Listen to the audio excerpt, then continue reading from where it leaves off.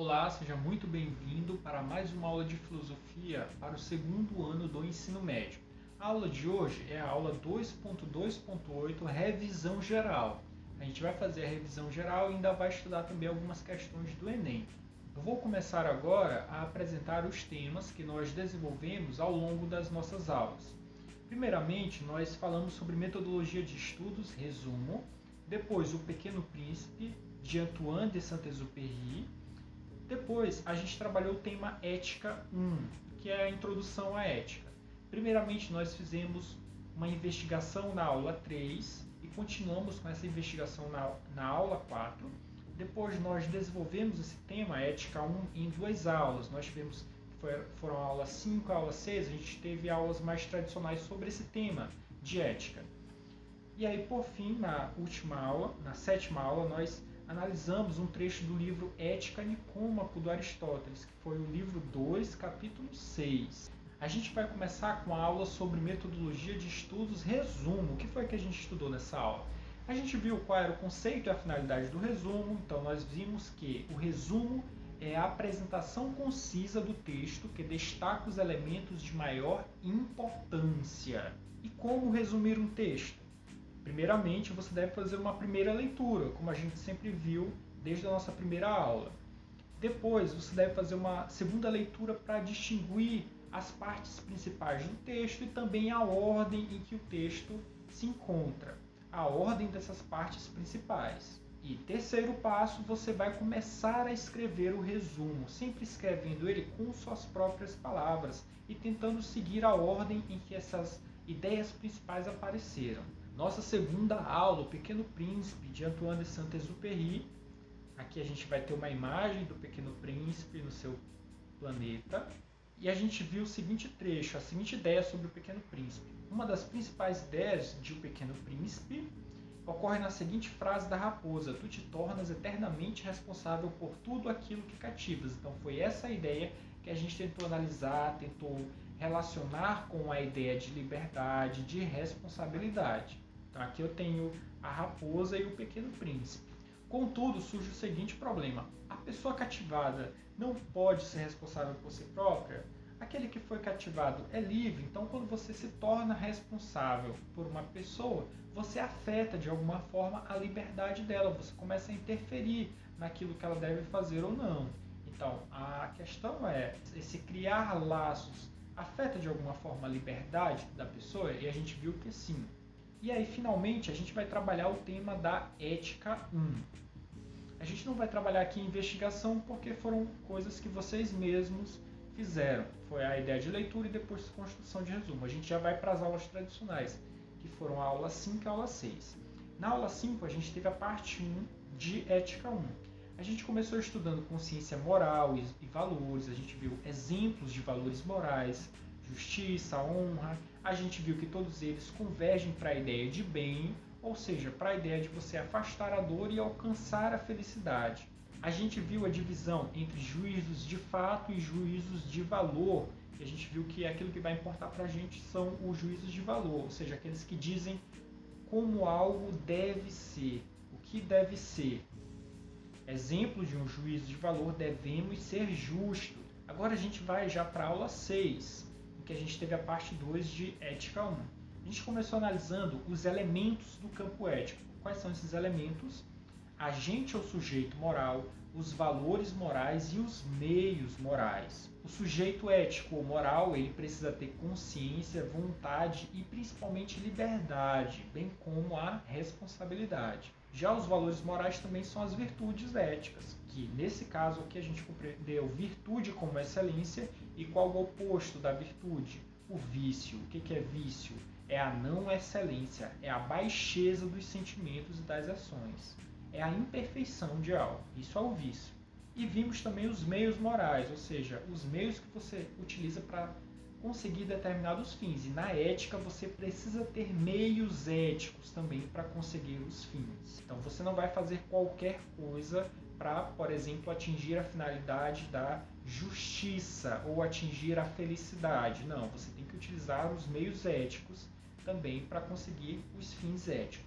E aí, finalmente, nós estudamos o livro Ética Nicômaco, do Aristóteles, livro 2, capítulo 6. Antes disso, a gente fez uma introdução à filosofia do Aristóteles, a gente viu a diferença entre aquilo que é necessário, ou seja, por natureza, e aquilo que é possível, aquilo que pode acontecer, que é algo por vontade, é algo que já depende de nós, seres humanos, já depende da sociedade, já depende da nossa cultura.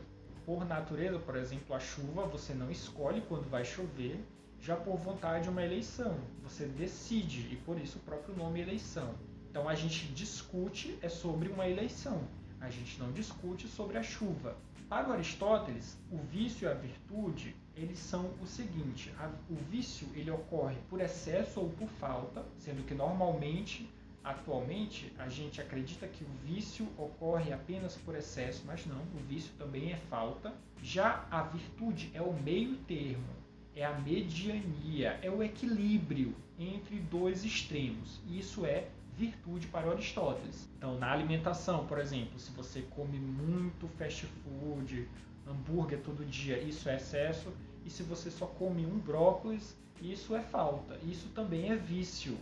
Qual é o correto? É o meio termo. Então, você tem que ter a divisão do prato em 50% vegetais, 25% proteínas e 25% carboidratos. Isso é uma alimentação equilibrada. E o equilíbrio é virtude. Se você se exceder ou se você tiver algo muito deficiente, se você tiver a falta, isso será vício. Excesso ou falta são vícios. E aí ele dá alguns exemplos, né? Eu vou destacar aqui a coragem, que foi o primeiro que a gente trabalhou. Então a virtude é a coragem. A covardia, ou seja, você ter muito medo, é vício por falta, e a temeridade é vício por excesso. É como se eu estivesse dizendo que a covardia é falta de coragem e a temeridade é excesso de coragem. A coragem ela é o meio termo. A covardia é você ter muito medo das coisas. Já a temeridade é você não ter medo nenhum de fazer as coisas. E o que é coragem? A coragem é não ter medo de fazer as coisas? Não. Na coragem você tem o medo, mas diferentemente da covardia, na coragem você enfrenta o seu medo. E aqui ele vai dar outros exemplos também: vaidade, modéstia, o excesso, vaidade, a falta, modéstia, a virtude, magnificência, ou seja, você saber qual é o seu nível, a sua posição, o que você é. Excesso, condescendência, deixar os outros fazerem o que eles querem com você. Falta, tédio, isolamento. E qual é a virtude? A amizade. E aí agora sim a gente vai analisar algumas questões do Enem. Eu vou pedir novamente que sempre que a gente for analisar as questões do Enem, no começo vocês deem um pause no vídeo para fazer uma leitura individual e aí depois vocês vêm para a análise que a gente vai fazer da questão. Primeira questão, Enem 2013, um texto do Aristóteles, livro A Política. Ele vai dizer o seguinte: a felicidade é, portanto, a melhor, a mais nobre e a mais aprazível coisa do mundo. E esses atributos não devem estar separados, como na inscrição existente em Delfos. Das coisas, a mais nobre é a mais justa, e a melhor é a saúde. Porém, a mais doce é ter o que amamos.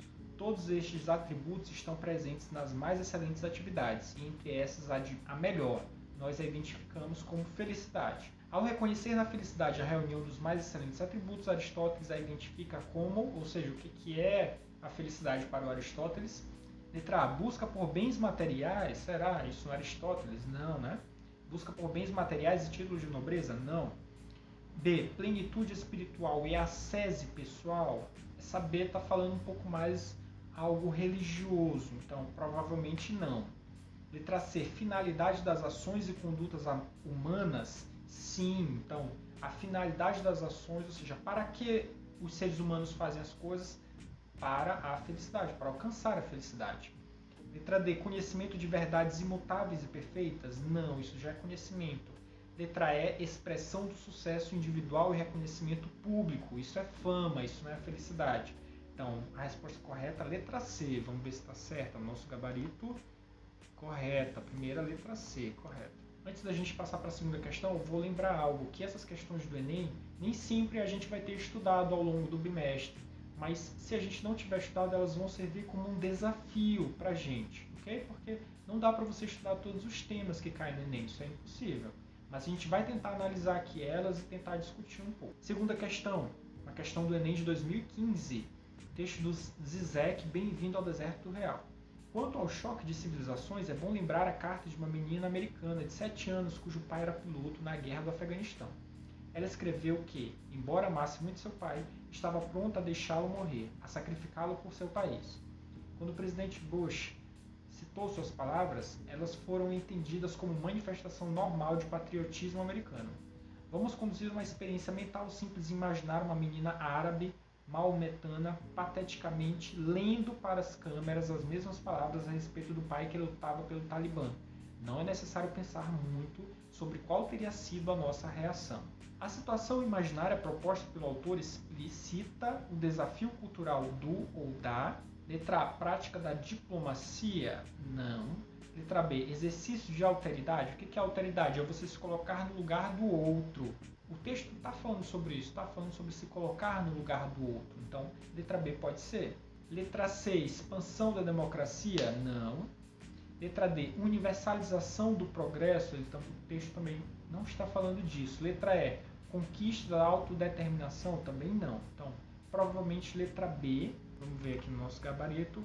Segunda questão, letra B, ok. Terceira questão, texto do Schopenhauer, aforismo para a sabedoria de vida. Sentimos que toda a satisfação de nossos desejos advinda do mundo assemelha-se à esmola que mantém hoje um mendigo vivo, porém prolonga amanhã sua fome. A resignação, ao contrário, assemelha-se à fortuna herdada, livro herdeiro para sempre de todas as preocupações. O trecho destaca uma ideia remanescente de uma tradição filosófica ocidental, segundo a qual a felicidade se mostra indissociavelmente ligada a... Então, novamente, o tema da felicidade. Letra A, consagração de relacionamentos afetivos? Não. Você só é feliz para a filosofia se você tiver um namorado? Não. Letra B, administração da independência interior? Pode ser. Letra C, fugacidade do conhecimento empírico? Ou seja, você só fazer as coisas da experiência? Não. Letra D, liberdade de expressão religiosa? O texto não está falando disso. Letra E, busca de prazeres efêmeros, ou seja, corriqueiros? Não. Então, provavelmente, letra B, administração da independência interior. Terceira, letra B, ok? Quarta, Enem de 2016, texto de Coelho, lá na Folha de São Paulo. Arrependimentos terminais.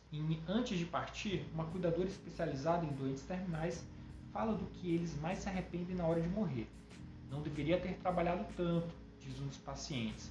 Desejaria ter ficado em contato com meus amigos, lembra outro. Desejaria ter coragem de expressar meus sentimentos. Não deveria ter levado a vida baseando-me no que esperavam de mim, diz um terceiro. Há 100 anos ou 50, quem sabe, sem dúvida seriam outros os arrependimentos terminais. Gostaria de ter sido mais útil à minha pátria. Deveria ter sido mais obediente a Deus. Gostaria de ter deixado mais patrimônio aos meus descendentes. O texto compara hipoteticamente dois padrões morais que divergem por se basearem respectivamente em letra A, satisfação pessoal e valores tradicionais. Então, a pessoa de hoje, quando ela está falando, desejaria ter ficado mais em contato com meus amigos, não deveria ter trabalhado tanto, é satisfação pessoal? Sim. E a pessoa de 50 anos atrás, que diz assim, gostaria de ter sido mais útil à minha pátria, deveria ter sido mais obediente a Deus, isso são valores tradicionais? Sim. Então, provavelmente, letra A. Letra B, relativismo cultural e postura ecumênica? Não. Letra C, tranquilidade espiritual e costumes liberais? Também não. Letra D, realização profissional e culto à personalidade? Não. Letra E, engajamento político e princípios nacionalistas? Também não. Então, letra A, quarta, letra A. Quarta, letra A, ok? Quinta, questão do Enem de 2016, um texto do Hans Jonas, o princípio da responsabilidade. A promessa da tecnologia moderna se converteu em uma ameaça, ou esta se associou àquela de forma insolúvel. Ela vai além da constatação da ameaça física concebida para a felicidade humana.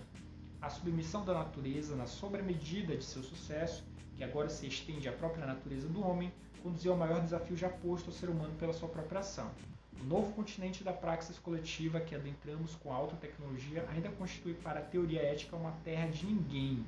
As implicações éticas da articulação apresentada no texto impulsionam a necessidade de construção de um novo padrão de comportamento, cujo objetivo consiste em garantir o ou a Então, novamente o texto. A promessa da tecnologia moderna se converteu em uma ameaça, ou esta se associou àquela de forma indissolúvel. Continuando mais à frente, concebida para a felicidade humana, a submissão da natureza na sobremedida de seu sucesso, que agora se estende à própria natureza do homem, conduziu ao maior desafio já posto ao ser humano pela sua própria ação. Então ele está falando dessa ideia de tecnologia e ética.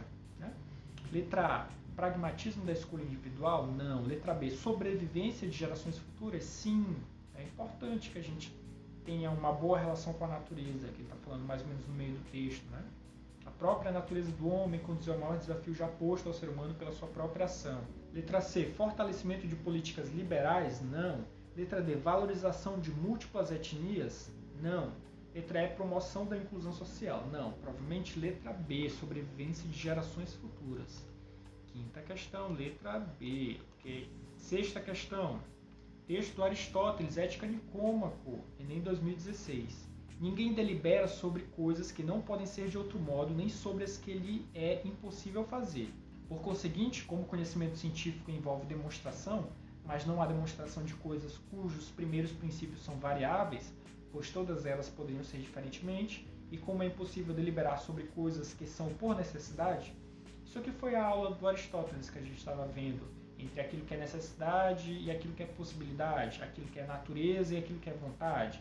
E a gente decide somente sobre aquilo que é da nossa vontade. E como é impossível deliberar sobre coisas que são por necessidade, a sabedoria prática não pode ser ciência nem arte. Nem ciência porque aquilo que se pode fazer é capaz de ser diferentemente, nem arte porque o agir e o produzir são duas espécies diferentes de coisa.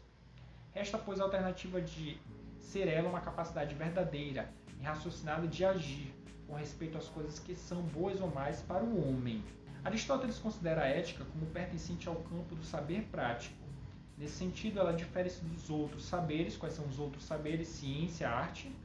Nesse sentido, ela difere-se dos outros saberes porque é caracterizada como, então, o que é a ética ou saber prático, segundo Aristóteles. Letra A, conduta definida pela capacidade racional de escolha? Sim, pode ser. Conduta definida pela capacidade racional de escolha. Letra B, capacidade de escolher de acordo com padrões científicos? Não, a ciência é um outro campo. Letra C, conhecimento das coisas importantes para a vida do homem? Não tanto quanto a letra A. Letra A parece um pouco melhor. Letra D, técnica que tem como resultado a produção de boas ações? Não, não é uma técnica. Letra E, política estabelecida de acordo com padrões democráticos de deliberação? Não, é melhor a letra A. Então, sexta questão, letra A. Ok, então, sexta questão, letra A. Sétima questão, texto do Leonardo Boff, responsabilidade coletiva. Fundamos, como afirmam alguns cientistas, o Antropoceno, uma nova era geológica com altíssimo poder de destruição, fruto dos últimos séculos, que significaram um transtorno perverso do equilíbrio do sistema Terra. Como enfrentar esta nova situação nunca ocorrida antes de forma globalizada e profunda? Temos pessoalmente trabalhado os paradigmas da sustentabilidade do cuidado como relação amigável e cooperativa para com a natureza. Queremos agora agregar a ética da responsabilidade. A ética da responsabilidade, protagonizada pelo filósofo alemão Hans Jonas e reivindicada no texto, é expressa pela máxima. Letra A, a atuação possa valer como norma para todos os homens? Não, isso é o Kant. Letra B, a norma aceita por todos advenha da ação comunicativa e do discurso? Também não, se não me engano é o Habermas. Letra C, a atuação possa produzir a máxima felicidade para a maioria das pessoas? Aqui é Aristóteles. Vamos pular, letra C. Letra D, o teu agir almeja alcançar determinados fins que possam justificar determinados meios, isso é Maquiavel. Letra E, o efeito de tuas ações não destrua a possibilidade futura da vida das novas gerações? Provavelmente é a letra E. Tanto que a gente já viu isso em questão anterior, né, do Hans Jonas. Letra E. Sétima questão, letra E. Ok. Oitava questão. Texto do Derrida, Papel Máquina. Questão do Enem de 2019. A hospitalidade pura consiste em acolher aquele que chega antes de lhe impor condições, antes de saber e indagar o que quer que seja, ainda que seja um nome ou um documento de identidade. Mas ela também supõe que se dirige a ele, de maneira singular, chamando-o, portanto, e reconhecendo-lhe um nome próprio. Como você se chama? A hospitalidade consiste em fazer tudo para se dirigir ao outro. Ele considera até mesmo perguntar seu nome, evitando que essa pergunta se torne uma condição, um inquérito policial, um fichamento ou um simples controle das fronteiras. Uma arte e uma poética, mas também toda uma política dependem disso. Toda uma ética se decide aí. Associado ao contexto migratório contemporâneo, o conceito de hospitalidade proposto pelo autor impõe a necessidade de, letra A, anulação da diferença? Não, é o contrário. Você tem que afirmar a diferença, reconhecer o outro. Letra B, cristalização da biografia? Não. Letra C, incorporação da alteridade? Sim. Alteridade, capacidade de se relacionar com o outro. Letra D, supressão da comunicação, ou seja, ausência de comunicação? Não. Letra E, verificação da proveniência? Também não.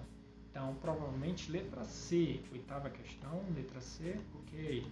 Nona questão, texto do Morin, o método 5. O espírito humano controla as máquinas cada vez mais potentes que criou, mas a lógica dessas máquinas artificiais controla cada vez mais o espírito de cientistas, sociólogos, políticos e, de modo mais abrangente, todos aqueles que, obedecendo à soberania do cálculo, ignoram tudo o que não é quantificável, ou seja, os sentimentos, sofrimentos, alegrias dos seres humanos. Essa lógica é assim aplicada ao conhecimento e à conduta das sociedades e se espalha em todos os setores da vida. No contexto atual, essa crítica proposta por Edgar Morin se aplica a letra A, intensificação das relações interpessoais? Pode ser, as relações interpessoais estão mais intensas e pode continuar e podem ter esse paradigma da quantificação das coisas, ou seja, uma racionalidade quase robótica. Letra B, descentralização do poder econômico? Não. C, fragmentação do mercado consumidor? Não. D, valorização do paradigma tecnológico? Sim. Então pode ser a letra D também. Letra E, simplificação das atividades laborais? Não. Provavelmente letra D, valorização do paradigma tecnológico. E aí deixa as coisas todas quantificáveis. Então, nona letra D. Ok, nona letra D. Então, turma, eu espero que vocês tenham gostado desse vídeo. Como sempre, se vocês tiverem algum comentário, alguma dúvida para fazer, vocês podem fazer aqui pelo YouTube mesmo ou podem me mandar um e-mail, ok? Até a próxima aula.